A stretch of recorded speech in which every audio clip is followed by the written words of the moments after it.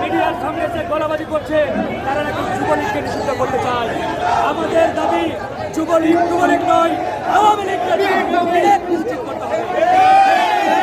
নিষিদ্ধ হলে অটোমেটিক্যালি যুবলীগ ছাত্রলীগ